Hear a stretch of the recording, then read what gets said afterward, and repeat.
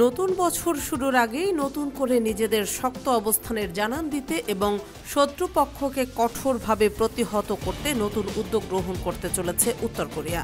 জানা গেছে, গত সপ্তাহে উত্তর কোরিয়ার ক্ষমতাসীন দলের একটি মূল নীতি নির্ধারণী বৈঠক করেছেন দেশটির সর্বোচ্চ নেতা কিম জং উন। দল ও সরকারি কর্মকর্তাদের উক্ত বৈঠকে দেশের নিরাপত্তা ও জাতীয় স্বার্থে যুক্তরাষ্ট্রকে প্রতিহত করতে সবচেয়ে কঠিন কৌশল চালু করার সিদ্ধান্ত নেওয়া হয়েছে। যুক্তরাষ্ট্রের নতুন প্রেসিডেন্ট হিসেবে ডোনাল্ড ট্রাম্পের দায়িত্ব গ্রহণের প্রায় এক মাস আগেই দেশটির রাষ্ট্রীয় সংবাদ মাধ্যম KCNA 29 ডিসেম্বর রবিবার এ খবর জানিয়েছে। ব্রিটিশ বার্তা সংস্থা রয়টার্স এই খবরটি প্রকাশ করেছে।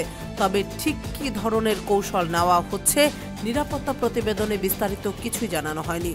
KCNA এর প্রতিবেদনে বলা হয়, যুক্তরাষ্ট্র ও জাপানের মধ্যকার জোট একটি পারমাণবিক সামরিক জোটে প্রসারিত হয়েছে এবং যুক্তরাষ্ট্রের জন্য দক্ষিণ কোরিয়া হয়ে উঠেছে একটি কমিউনিস্ট বিরোধী ঘাঁটি। প্রতিবেদনটিতে আরও বলা হয়, এই বাস্তবতা এটি স্পষ্টভাবে দেখাচ্ছে আমাদের ঠিক কোন দিকে অগ্রসর হওয়া উচিত এবং আমাদের কি ও কিভাবে করা উচিত।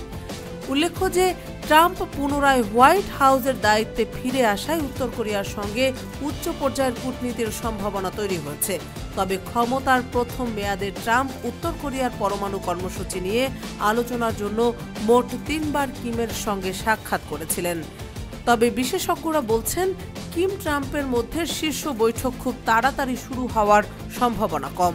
বরং ট্রাম্প ইউক্রেন ও মধ্যপ্রাচ্যের সংঘাতের দিকেই শুরুতে মনোনিবেশ করবেন।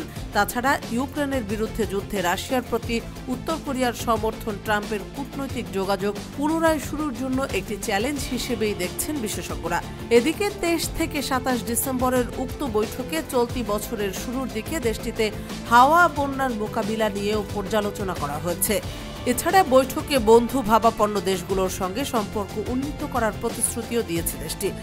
বৈঠক চলাকালীন সময়ে কিম দেশের যুদ্ধ প্রতিরোধকে শক্তিশালী করতে প্রতিরক্ষা বিজ্ঞান ও প্রযুক্তিতে অগ্রগতির আহ্বান জানান এবং উত্তর কোরিয়ার সৈন্যদের মানসিক দৃঢ়তা বাড়ানোর প্রয়োজনীয়তার উপর জোর দিয়েছেন।